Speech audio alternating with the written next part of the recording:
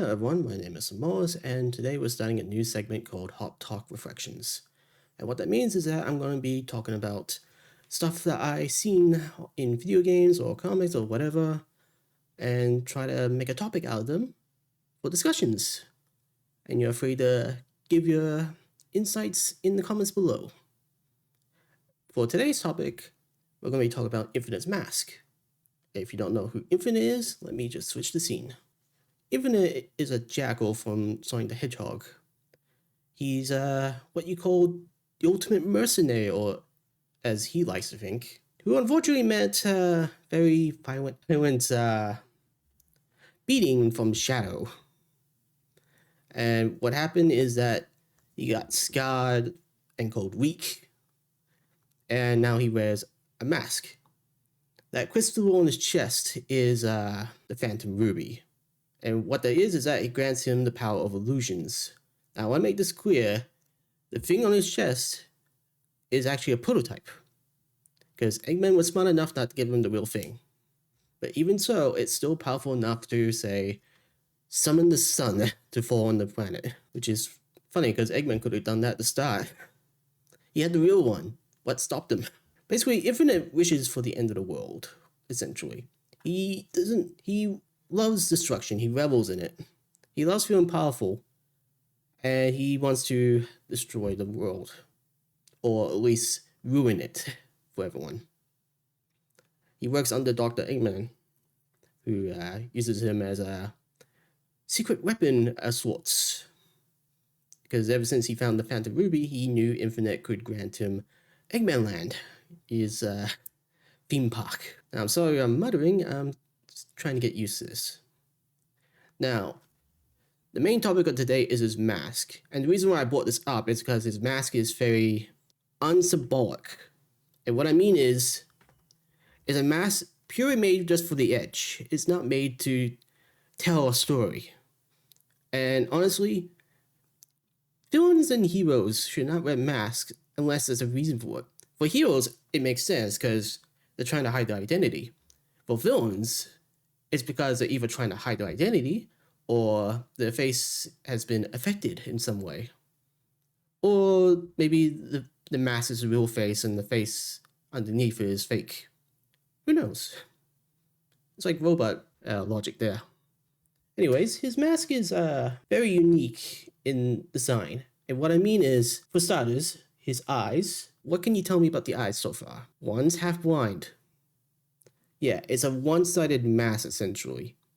Well, actually, no. It's a full-on mask with one side blind. And what's unique about it is that his right side has a lightning bolt, or a black lightning bolt on it. The reason why I bring this up is because it's very unique in design, but it doesn't have the backstory to support it. Like, it's just there. It doesn't have anything relevant to it. And I think the main reason why it annoys me is that it doesn't have a story to it. Hell, the whole mask doesn't really fit him in a way. Like, yes, he was beaten up, he was scarred by Shadow, his face was brutalized, I guess as a context, even though the game didn't really show it too well. And basically what annoys me is that there could be a story behind this mask. Like, for real, there could be a relevant story to explain his mask. But the game never really brought it up. He just got beaten up by Shadow, the mask was left on the, Eggman's table, and he just took it. There was no origin to that mask. It's not as if the Phantom Ruby created it for him. Or maybe it did, but it was never really brought up. Now, here's a theory that would probably explain the mask very well. Or at least something that would explain it very well. For starters, the Black Lightning Bolt. That could have been symbolic in a way that maybe Shadow threw a Chaos Spear in his eye. That would have been hardcore. I doubt Seeker would ever do that, but it would explain the lightning bolt. Either that or have lightning hit him, I don't know. But yeah, that's what I like to theorize about the mask, is that it should have symbolized like a Chaos Spear hitting his eye, and now he's half blinded. It would have helped with the backstory a bit, especially with his whole feeling weak. I mean, which would you prefer? That he was beaten to a pulp, or he took a lightning Chaos Spear into his eye and pretty much ruined his face for life. Because that could have been a good start to his origin, at the very least. Now, the other thing I want to point out, his ears. It's never really brought up into the game, but if you notice right now, the mask ears have like these spiral colors, like black and white or white and black, depending on which ear. Now, I'm not sure if that was supposed to symbolize that he has super hearing or something. Or he can... I mean, it kind of comes off as a hypnotized kind of thing, but you would have to stare into his ear for it to work. That would be awkward. It's like, look into my ears. It's like, I don't want to. Why would anyone want to? Unless you're a doctor, I guess. And the mask is metal. There's no doubt about that. That could have been like an edge by itself. That is metal. But I'm talking about maybe the signs of where the problems are at. This mask could be telling a story. It should be telling a story. A story about how Infinite was scarred for life and came back with a new face that would cover up his brutally damaged face that would make him feel weak. Like anytime he would stare at the mirror and mask, he would punch it or something. Hate looking at himself after the carnage he went through, which could have been very good. It would have explained his obsession with power.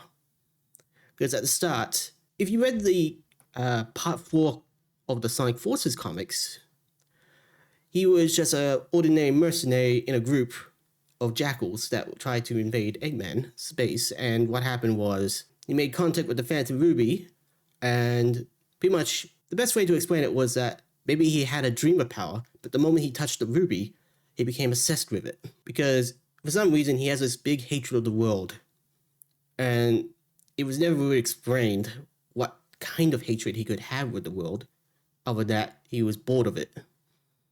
But that doesn't make for a good motive, to be bored of the world, so you're gonna destroy it. What I think is, with Infinite's past, essentially, it sounds like he could have just been, wanting power all the time. Maybe he had a bad childhood or something. And then he ended up going way beyond his stature and became leader of a group, or squad. Yeah, the Jackal Squad. Which was also never really brought up too well. Anyways, back to the mask. What I think is funny is that one side, how the lightning bolt one doesn't really match up the eye. I mean, it kind of does, but it doesn't go all the way to the ear like the other one does. As for the other eye, it looks like a red eye with a yellow iris. Now, if I remember rightly, he does have an ordinary eye with a yellow iris on that side. But what's pretty edgy is that it's red. Now, that could even mean that the eyeglass is red, like red tinted, or he sustained damage so much that his eye turned red, which is more edgier. I would personally think that he took damage by shadow to the point where his eye turned blood, which would be very, very edgy. Now, that's pretty much all I can really talk about the mask, because it's a unique mask. I just think that it doesn't have a very good story to it. It's just stiff the edge. This mask looks like it's telling a story, but the backstory that Infinite had doesn't match up, which is unfortunate. Because personally, I would have loved to have for Infinite to have an origin where the lightning bolt hit his eye, because that would be edgy as hell. That would make Shadow look like a very cruel when he did that. But it also fits Shadow's character, because he probably doesn't want to mess around with weaklings. And let me give you a small retell. Imagine if Infinite was beaten up by Shadow, hit the pillar, but instead of complaining, he got back up and wanted to charge at Shadow, like one last charge. But Shadow decided he had enough of Infinite and just threw a Chaos Spear into his eye. That would be cool. That would be badass. Because that would mean Infinite came back up after all that and getting to the point where he's very vengeable. Like, he could have been going after Shadow after that. He could have had an ambition where he wanted to be as powerful as Shadow. And the first thing he does is take out Sonic. And then goes for Shadow. Because arguably, Sonic may have defeated Shadow multiple times, but Shadow's the one with actual powers. Sonic only really has a Super Sonic only when he has the Chaos Emeralds. Now, that's arguable, I guess, but that's pretty much it. His whole gimmick is run, jump, spin dash. Shadow has freaking Chaos powers and does the same thing as Sonic. And I think, let me switch scenes. I think the main issue is that he could have been better than what he was given. Like, he's clearly a villain that should have been very mysterious and vengeable, but he wasn't in the game. He grabbed the Phantom Ruby, got it installed, the prototype Phantom Ruby, installed it in his chest, and then started wreaking havoc, which fine. That makes him a pretty ordinary villain for the most part. But his backstory didn't match up at all with what he was given. No, let me just give a small recap. Shadow defeated Infinite. Infinite was scarred for life, especially with being called weak. So, when Eggman restored him, he should have went after...